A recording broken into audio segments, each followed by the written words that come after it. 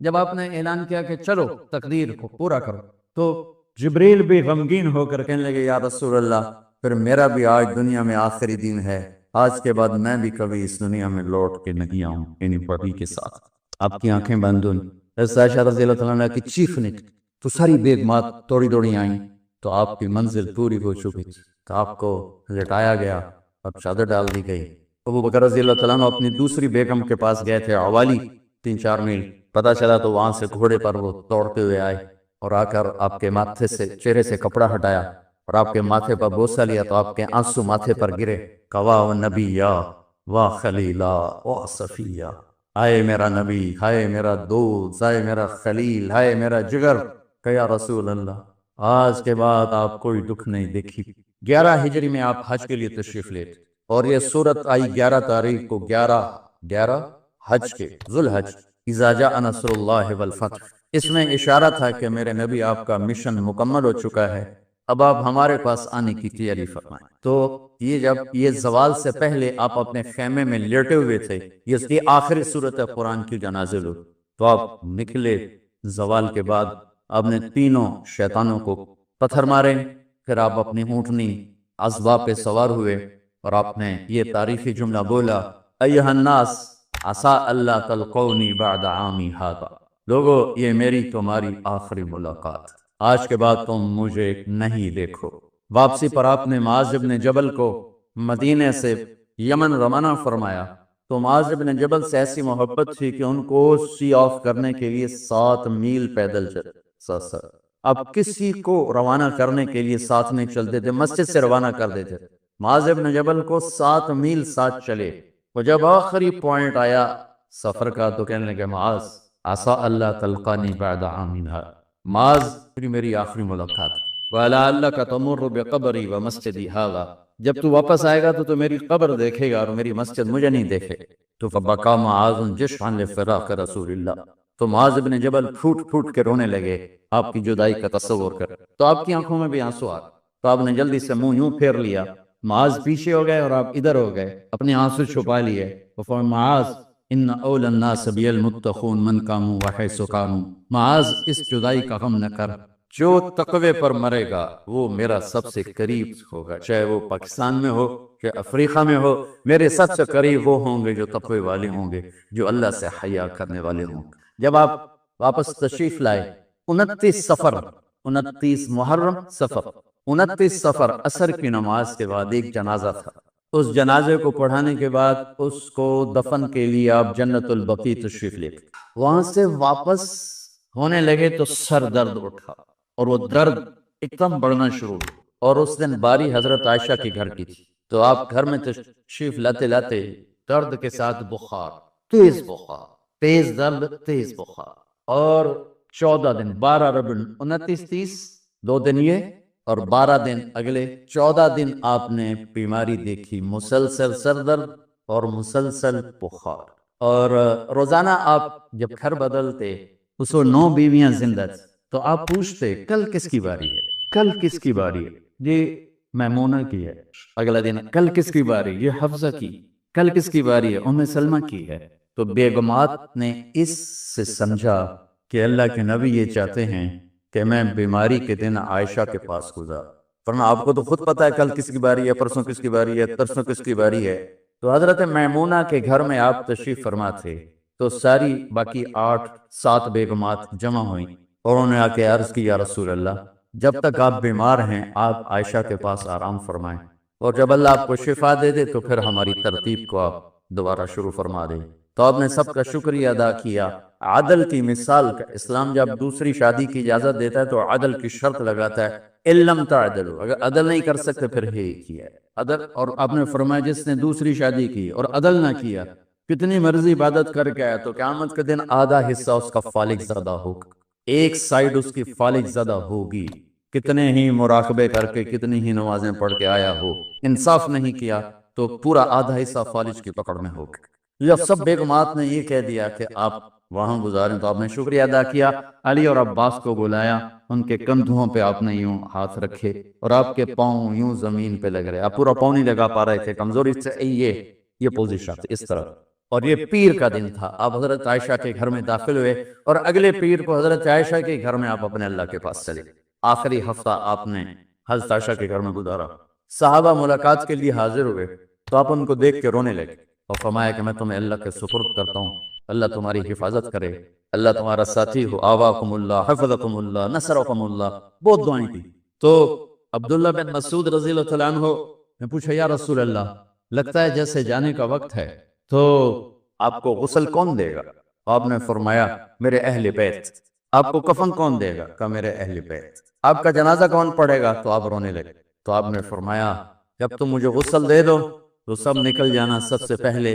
میرے دو وزیر جبریل و میکائیل آئیں گے اور وہ میرے اوپر درود و سلام پڑھی۔ ہمارے نبی کا جنازہ ایسے نہیں ہوا اللہ اکبر اور پیچھے صفیں، آپ کی چارپائی کے پاس آ کر صحابہ کھڑے ہو جاتے، وہ میں ابھی بتاتا ہوں۔ تو آپ نے فرمایا سب سے پہلے جبریل و میکائیل آ کر میرے اوپر درود و سلام پڑھیں گے، پھر اس کے بعد ساتوں آسمان کے فرشتے باری باری آئیں گے۔ جب وہ چلے جائیں گے تو پھر سب سے پہلے میرے خاندان، میرے اہل بیت کے مرد آ کر میرے اوپر سلام پڑھیں گے، پھر ان کی خواتین آ کر سلام پڑھیں گی، پھر ان کے بچے آئیں گے، پھر ان کے نوکر اور نوکرانی آئیں گی، اس کے بعد مہاجرین مکے کے قریش آئیں گے، اس کے بعد ان کی عورتیں آئیں گی، ان کے بچے آئیں گے، ان کے نوکر اور نوکرانی آئیں گی، اس کے بعد مدینہ والے آئیں گے، پھر مدینے کی خواتین آئیں گی، پھر ان کے نوکر نوکرانی آئیں گے، اور اس کے بعد مجھے تم اللہ کے سپرد کر دینا۔ اور پھر آپ نے ایک عجب بات فرمائی جو کسی نبی نے نہیں فرمائی، فرمایا کہ میرے بعد میری آنے والی امت کو میرا سلام کہے، اور انہیں کہنا کہ ان کے بعد جو آئیں ان کو بھی میرا سلام کہے۔ اور اس طرح میرے سلام کو قیامت تک اللہ کے نبی نے پہنچایا کہ ہر آنے والی امت، ہر آنے والی نسل، اگلی نسل کو اس نبی کا سلام پہنچایا۔ آپ کے جانے میں 5 دن باقی تھے تو آپ نے فرمایا مجھے 7 کنووں کے پانی سے غسل کرواؤ۔ تو 7 کنووں سے پانی لایا گیا مشکیزوں میں بھر کے۔ تو حضرت عائشہ کے گھر میں کوئی ایسا ٹب نہیں تھا جس میں بیٹھ کے وہ آپ نہا سکتے، تو حضرت حفصہ کے گھر سے ٹب منگوایا گیا، آپ اس میں بیٹھے، تہمت باندھا ہوا تھا، کرتا اتارا، اور آپ پر 7 کنووں کا پانی ڈالا گیا، تھوڑا تھوڑا تھوڑا تھوڑا تھوڑا تھوڑا، تو اس سے بخار کی شدت کم ہوئی، اور آپ سر درد کی وجہ سے اپنے ایسے پٹی باندھی سرخ رنگ کی، اور اس کے بعد حضرت علی اور فضل بن عباس کے کندھوں کا آسرا لے کر آپ مسجد میں تشریف لائے، اور آپ ممبر پر بیٹھے، اور آپ نے فرمایا لوگوں میرے جانے کا وقت آ چکا ہے، میں نے کسی پر زیادتی کی ہو، کسی کو تھپڑ مارا ہو، کسی کو چھڑی ماری ہو، کسی کا حق دبایا ہو، تو میں اپنی جان کے ساتھ، مال کے ساتھ حاضر ہوں، مجھ سے یہی بدلہ لے لو، آخرت میں میرے خلاف کوئی دعویٰ نہ کر، میں آخرت کے حساب کو برداشت نہیں کر سکتا۔ جن کی طفیل لوگوں کا حساب معاف ہوگا، جن کی طفیل، جن کی شفاعت پر لوگ بے حساب جنت میں جائیں گے، وہ روتے ہوئے فرما رہے ہیں کہ میں آخرت کے حساب کو نہیں دے سکتا۔ تو سارے صحابہ رونے لگے، لیکن آپ اپنی بات کو دہراتے رہے، کوئی بھی نہیں اٹھا۔ تو آپ نے ظہر کی نماز پڑھائی، ظہر کے بعد پھر ممبر پر آئے اور فرمایا کہ لوگوں یہیں مجھ سے حساب کتاب کر لو، آگے نہ کرنا، بتاؤ میں نے کسی کا کوئی حق دینا۔ ایک صحابی کھڑے ہو، یا رسول اللہ آپ نے میرے 3 روپے دینے ہیں، 3 درہم۔ تو آپ نے فرمایا دینے ہوں گے کہ ضرور، پر مجھے یاد نہیں، بتاؤ گے کس طرح دینے؟ کہ یا رسول اللہ آپ کے پاس سائل آیا تھا، آپ سے مانگا، آپ کے پاس تھے نہیں، تو آپ نے مجھ سے کہا تیرے پاس کچھ ہیں؟ تو میرے پاس 3 درہم تھے، تو آپ نے فرمایا تو دے دے، میں بعد میں ادا کر دوں گا۔ تو ہاں یاد آ گیا۔ تو میرے گھر کے نبی میں، میرے نبی کے گھر میں تو تیل نہیں تھا ایک چھٹانگ جس سے چراغ جلتا، پیسہ کہاں سے آتا؟ تو آپ کے سامنے آپ کے کزن فضل بن عباس کھڑے تھے، آپ نے فرمایا فضل میرا قرضہ ذمہ لیتے ہو؟ جن کے لیے کائنات سجائی گئی، جنت کی چابیاں جن کو پکڑائیں گے، جاتے ہوئے 3 روپے دینے کی ہمت نہیں تھی۔ کہا فضل میرا قرضہ ذمہ لیتے؟ کہا جی یا رسول میں اپنے ذمہ لیتے۔ کہا اس سے لے لینا۔ آپ گھر تشریف لے گئے، نماز کے لیے آتے تھے، پڑھاتے تھے۔ جمعرات کو عشاء کی نماز پڑھانے کے لیے اٹھے، اٹھ نہیں سکے، گر گئے، پھر اٹھنے لگے، اٹھ نہیں سکے، گر گئے، پھر اٹھنے لگے، اٹھ نہیں سکے۔ تو آپ نے فرمایا ابو بکر سے کہو نماز پڑھائے، عشاء کی نماز۔ ابو بکر ذرا پیچھے کھڑے تھے، عمر آگے کھڑے تھے۔ تو لوگوں نے کہا نماز ہی پڑھانی، کوئی پڑھا دے، تو انہوں نے حضرت عمر کو آگے کیا، انہوں نے کہا اللہ اکبر۔ جب حضرت عمر کی تکبیر سنی تو آپ نے اندر سے زور سے فرمایا عمر کو پیچھے کرو، ابو بکر کو آگے کرو، میرے رب کا فرمان ہے میرے مصلی پر ابو بکر کے سوا اور کوئی کھڑا نہیں ہو سکتا۔ جمعرات کی عشاء جمعہ ہفتہ اتوار کی 15 نمازیں اور پیر کی فجر کی 16 اور جمعرات والی 17 نمازیں ابو بکر نے پڑھائیں میرے نبی کی موجودگی میں۔ ہفتے کے دن ظہر یا عصر میں آپ علی اور فضل بن عباس کے کندھوں پر ہاتھ رکھ کے مسجد میں داخل ہوئے اور ابو بکر نماز پڑھا رہے تھے۔ ادھر محسوس ہوا کہ اللہ کے نبی آ رہے ہیں، تو ابو بکر نے یوں پیچھے ہٹنا شروع کیا تاکہ مصلی سے ہٹ جائیں، تو آپ نے ایسے ہاتھ کا اشارہ فرمایا کہ کھڑے رہو، ہٹو نہیں، کھڑے رہو۔ تو وہ پھر آگے مصلی پر آ گئے، تو آپ تشریف لائے اور الٹے ہاتھ ابو بکر کے ساتھ بیٹھ کر آپ نے ظہر یا عصر کی 4 رکعت نماز ابو بکر کی امامت میں ادا فرمائی۔ یہ آپ کی آخری نماز سی مسجد کے اندر امت کے ساتھ اور تشریف لے گئی۔ جمعہ کا دن تھا، جبریل آئے، یا رسول اللہ مجھے اللہ نے بھیجا ہے کہ جاؤ میرے محبوب کا حال پوچھ کے آؤ۔ اللہ، تو آپ درد اور بخار دونوں چیزیں، سر کا درد بھی ہیوی ویٹ تھا اور بخار بھی، تپش، تو آپ نے کہا جبریل تکلیف ہے، تکلیف میں۔ ہفتے کا دن پھر جبریل آئے، یا رسول اللہ مجھے اللہ نے بھیجا ہے کہ جاؤ میرے محبوب کا حال پوچھ کے آؤ۔ پھر آپ نے فرمایا تکلیف ہے۔ اتوار کو پھر جبریل آئے، یا رسول اللہ اللہ نے بھیجا ہے کہ جاؤ میرے محبوب کا حال پوچھ۔ 12 ربیع الاول آگے،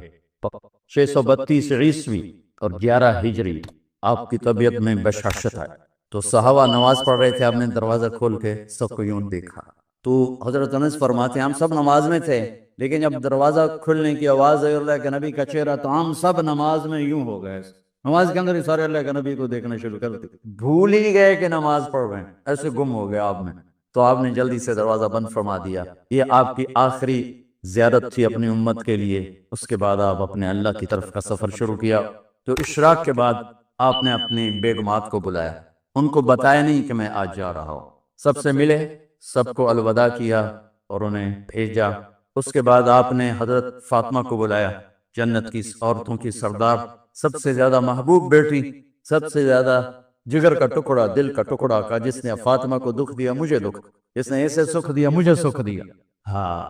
ان کو قریب کا، بیٹی قریب ہو، تو ان کے کان میں کہا میں جا رہا۔ وہ رونے لگی، سامنے نا رو نہیں، چند دنوں کے بعد تیری میری ملاقات ہو جائے گی سب سے پہلے۔ تو 6 ماہ بعد حضرت فاطمہ کا بھی 24 سال کی عمر میں یا 25 سال کی عمر میں انتقال ہو گیا۔ ان کو رخصت فرمایا، پھر آپ نے داماد مولا علی کو بلایا، ان کا سر اپنی گود میں رکھا اور ان کے سر پہ اور کمر پہ ہاتھ پھیرتے رہے اور ان کو دعائیں دیتے رہے، آہستہ آہستہ تھی، آواز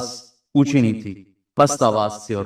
یوں سر پہ کمر پہ، سر پہ کمر پہ دعائیں دے رہے۔ ان کو رخصت فرمایا، آخر میں اپنے جگر کے ٹکڑے حسن اور حسین کو بلایا۔ ایک آپ کو حدیث سناتا، میرے نبی نے فرمایا اپنے بچوں کو عزت دیا کرو، اکرموا اولادکم، خاص طور پہ ان ماؤں سے کہتا ہوں کہ جب ہم بچوں سے عزت چھین لیتے ہیں، ان سے ہم سب کچھ چھین لیتے، پڑھے نہیں ہو، اسکول نہیں گئے ہو، ٹیوشن نہیں پڑھی ہے، ہوم ورک نہیں کیا ہے، یہ کیوں کھایا، یہ کیوں پہنا، اس پر جب ماں اور باپ بچے کو ذلیل کرتے ہیں تو آپ یاد رکھیں آپ ان کے دلوں میں اپنے لیے نفرت بھر رہے۔ میرے نبی نے فرمایا بچوں کو عزت دو، اولاد کو عزت، وہ عزت تمہیں واپس کریں گے جب تمہیں ضرورت ہو، جب تم ان کے محتاج بنو گے تو پھر وہ عزت تمہیں واپس ملے گی۔ اگر ڈانٹ ڈپٹ ڈانٹ ڈپٹ ڈانٹ ڈپٹ تربیت کے نام پر کچھ نہیں ملے گا۔ تو آپ حسن حسین کو کیا عزت دیتے تھے؟ آپ نماز پڑھا رہے ہیں، نماز ہے مسجد کے اندر، گھر میں نہیں ہے، اور آپ سجدے میں گئے، دونوں بھائی کود کے کمر پہ چڑھ گئے۔ کوئی ہمارے آج کا دیندار ہوتا وضو سے ہی انہوں نے 2 لیتر مارنے ہیں، آپ نے سجدہ لمبا کر دیا، صحابہ کو خوف ہوا کہ آپ فوت ہو گئے۔ عبداللہ بن مسعود سر اٹھا کے دیکھا تو دونوں بھائی کمر پہ چڑھے ہوئے تھے اور آپ سجدے میں پڑے ہوئے تھے۔ انہوں نے ہاتھ آگے بڑھایا اتارنے کے لیے، تو آپ نے بغلوں سے دیکھا کہ کوئی ہاتھ آ رہا ہے بچوں کو اتارنے کے لیے، تو سجدے میں ایسے ہاتھ ہوتے ہیں، تو آپ نے یوں کر کے ان کو روک دیا اشارے سے۔ جب تک حسن حسین علیہم السلام کمر پہ سوار رہے میرے نبی نے سجدے سے سر نہیں اٹھایا، یہ عزت دی۔ اور جب وہ اترے پھر آپ سجدے سے اٹھے، سلام پھیرتے ہی آپ نے دونوں بچوں کو گود میں لے کے فرمایا میرے ماں باپ ان پہ قربان، انہیں تکلیف نہ دیا کر۔ اور آپ ان کے لیے گھر آتے، روزانہ ٹائم نکالتے۔ آج والدین کے پاس اولاد کے لیے ٹائم نہیں، کل اولاد کے پاس والدین کے لیے ٹائم نہیں ہوگا۔ اپنے بچوں کو میں یہ نہیں کہتا ہوں بیٹھ کے نصیحتیں کرو، صرف محبت ٹرانسفر کرو، ٹائم لو، موبائل آف کرو، ٹی وی آف کرو، اور صرف آپ اور بچوں میں ایک ایسا تعلق ہو کہ ان کا بلوٹوتھ بھی آن ہو جائے، آپ کا بلوٹوتھ بھی آن ہو جائے اور سارا ڈیٹا ٹرانسفر ہو جائے۔ بلوٹوتھ کو آن کیے بغیر ڈیٹا ٹرانسفر ہوگا؟ دوستو بھائی، تو ہمارے بچوں کے بلوٹوتھ آف ہیں سکولنگ کی وجہ سے، ڈانٹ ٹپٹ کی۔ 3 سال کا بچہ والا سکول جانے کے قابل ہوتا ہے؟ 3 سال کا بچہ ماں کی گود کے لیے ہوتا ہے، باپ کی چھاؤں کے لیے ہوتا ہے، وہ روتا ہوا جاتا ہے، روتا ہوا آتا ہے، روزانہ ماں باپ سے نفرت اپنے اندر وہ پیدا کرتا ہے اور اس کو پالتا ہے، پڑھاتا ہے، بڑھاتا ہے۔ آپ گھر میں تشریف لاتے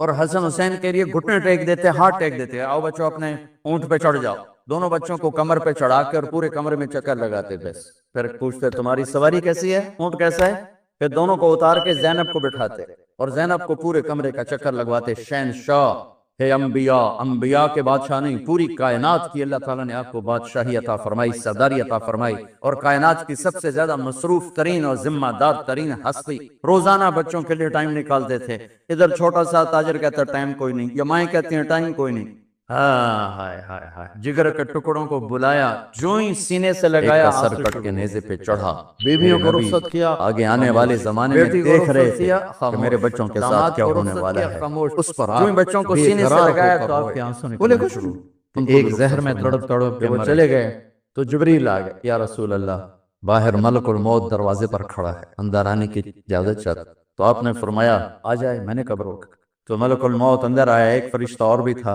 کہا السلام علیکہ یا رسول اللہ، یا رسول اللہ میں آپ کو سلام پیش کرتا ہوں، میں نے کبھی کسی کو سلام نہیں کیا۔ آپ کے رب نے فرمایا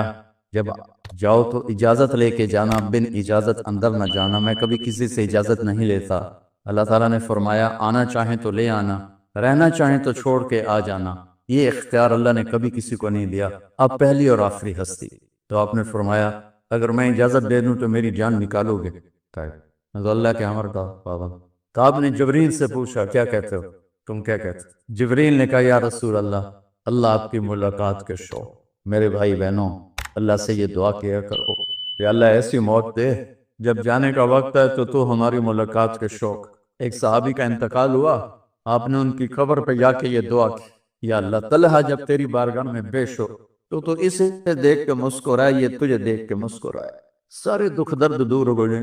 تو جبریل بولے یا رسول اللہ، اللہ آپ کی ملاقات کا شوق۔ آپ نے فرمایا جاؤ اللہ سے پوچھ کے آؤ میرے بعد میری امت کے ساتھ کیا کرے گا، جاؤ پوچھ کے آؤ حسن حسین کے ساتھ کیا کرے گا، یہ پوچھنا۔ ہر کوئی اپنے بچوں کو یاد کرتا، مرنے والے بچوں کو یاد کر، بچے میلاد۔ میرے والد اچانک ہارٹ اٹیک میں فوت ہو گئے تو ہماری بہنیں موجود نہیں تھی، میری 2 بہنیں، تو میرے والد بار بار کہتے میری دھیاں میں ملا دے، میری دھیاں میں ملا دے، اور میرے نبی نے کہا میری امت کا مجھے بتاؤ پہلے کیا کرو؟ حسن حسین کا نہیں کہا، جن کو ذبح ہوتے بھی زہر میں تڑپتے بھی دیکھ۔ واہ یا رسول اللہ، آپ نے کیا وفا کی اور ہم نے کیا صلت، سارے خنجر انہی کے سینے میں اتار دیے، ہر تیر کھینچ کے آپ کے جگر کے پار کیا، ہر نافرمانی کا ٹھیکہ لے لیا، جاؤ پوچھ کے آؤ میرے بعد میری امت کا کیا کرے گا۔ تو جبریل جا کر پیغام لائے کہ اللہ تعالیٰ فرما رہے ہیں ہاں ہم آپ کی امت کو تنہا نہیں چھوڑے، میرے رب کی عزت کی قسم، خواتین و حضرات میرے رب کی عزت کی قسم، میرے نبی یہ بات نہ اٹھاتے، کوئی ہم میں خنزیر بنتا، کوئی بندر ہو جاتا، کوئی کتا ہو جاتا، کوئی سانپ بچھو بن جاتا، اللہ کی ہم سے کیا رشتہ داری۔ اس کملی والے پہ درود و سلام پڑھو جس نے اولاد کو پیچھے کر کے تمہیں اللہ سے مانگ، اور محشر کے میدان میں جب جہنم آ کے ایک چیخ مارے گی اور آدم سے لے کر عیسیٰ علیہ السلام تک ہر نبی کہے گا نفسی نفسی، ہر ماں باپ کہے گا نفسی نفسی، ہر بیٹا بیٹی کہے گا نفسی نفسی، ہر خامن بیوی کہے گا نفسی نفسی، ہر بھائی بہن کہے گا نفسی نفسی، حضرت ابراہیم کہیں گے یا اللہ کسی کا سوال نہیں کرتا، میری آنکھ بچے، عیسیٰ علیہ السلام کہیں گے یا اللہ میں اپنی ماں مریم کا بھی سوال نہیں کرتا، میری جان نفسی نفسی کے ہنگامے میں ایک آواز آئے گی امتی امت، کون ہے یہ؟ سر یہ دنیا نفسی نفسی کہہ رہی، یہ کون ہے امتی امتی کہنے والا؟ آواز کے تعاقب میں جب نظریں جائیں گی تو اپنے نبی کو دیکھ لینا، تڑپتے ہوئے بدن کے ساتھ، کانپتے ہوئے ہاتھوں کے ساتھ، اور پھیلی ہوئی جھولی کے ساتھ، اور بہتے ہوئے آنسوؤں کے ساتھ، صرف ایک ہستی ہو صلی اللہ علیہ یا رسول اللہ، صرف ایک ہستی ہوگی جو کہیں گے یا اللہ میری امت، یا اللہ میری امت، یا اللہ۔ السلام علیکم ورحمۃ اللہ وبرکاتہ۔ الحمد لله الذي خلق السماوات والأرض ولم يعي بخلقهن يدبر الأمر من السماء بيده الملك وهو على كل شيء قدير وأشهد أن لا إله إلا الله وحده لا شريك له وأشهد أن سيدنا ومولانا محمدا عبده ورسوله أما بعد فأعوذ بالله من الشيطان الرجيم بسم الله الرحمن الرحيم والله أخرجكم من بطون أمهاتكم لا تعلمون شيئا وجعل لكم السمع والأبصار والأفئدة لعلكم تشكرون وقال تعالى فلا وربك لا يؤمنون حتى يحكموك فيما شجر بينهم ثم لا يجدوا في أنفسهم حرجا مما قضيت ويسلموا تسليما وقال النبي صلى الله تبارك وتعالى عليه وسلم يا أبا سفيان جئتكم بكرامة الدنيا والآخرة وقال النبي صلى الله عليه وسلم وجعل الذل والصغار على من خالف أمري وقال النبي صلى الله عليه وسلم تركتكم على محجة بيضاء ليلها كنهارها لا يزيغ عنها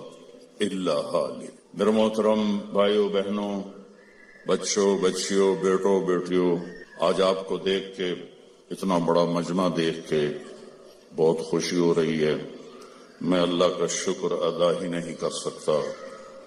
میں 1982 میں برمنگھم آیا تھا پہلی دفعہ اس وقت آپ کی یہ بڑی مسجد کچھ بن گئی تھی کچھ بن رہی تھی ہماری جماعت وہاں ٹھہری تھی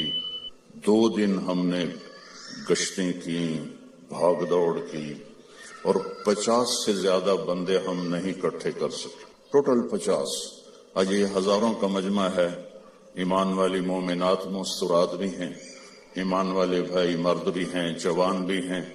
ادھیڑ عمر بھی ہیں میں آپ سب کا شکر گزار اس کو کہو بھائی نیچے اتر دو میرے بھائی بہنوں زندگی گزارنے کا وہ طریقہ جس پر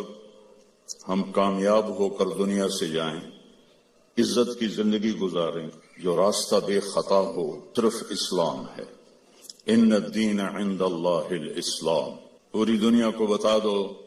کہ اب صرف اسلام ہی زندگی گزارنے کا راستہ ہے اسلام کا مطلب ہی سلامتی ہے اسلام کو سامنے رکھ کر چلیں گے تو سلامتی کی زندگی امن کی زندگی ہوگی آپ اپنے رب کو دیکھیں کہ انہوں نے ہمارے دین کا نام رکھا اسلام سلامتی عقیدے کا نام رکھا ایمان امن سلامتی امن اور اپنے محبوب کا نام رکھا محمد کی تعریف کی جائے دوسرا نام رکھا احمد جو سب سے زیادہ اللہ کی تعریف کرنے والا ہو ماں کا نام رکھا آمنہ امن والی باپ کا نام رکھا عبداللہ عبادت والا اللہ کا بندہ اور جو اس وقت لیڈی ڈاکٹر تھی اس زمانے کی حضرت آمنہ کے ساتھ ان کا نام تھا شفا شفا صحت سلامتی اور آپ کے خاندان کا نام رکھا ہاشم ہاشم کا مطلب ہے کھانا کھلانے والا ہمارے نبی کے پردادا